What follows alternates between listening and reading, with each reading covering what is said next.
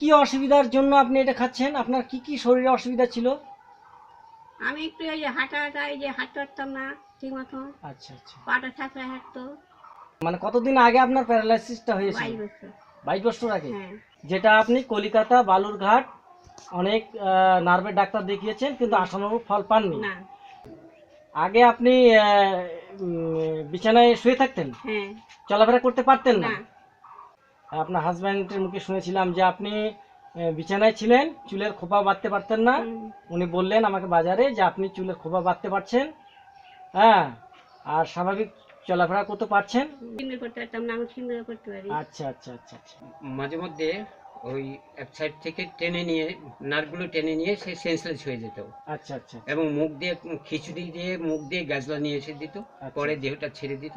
আচ্ছা। কিন্তু এখন এই ওষুধ খাওয়ার পরে, এটা খাওয়ার পরে কিন্তু আর এখন সেরকম হচ্ছে না। আচ্ছা আচ্ছা আচ্ছা। এই উপকারটা আমরা পেয়েছি।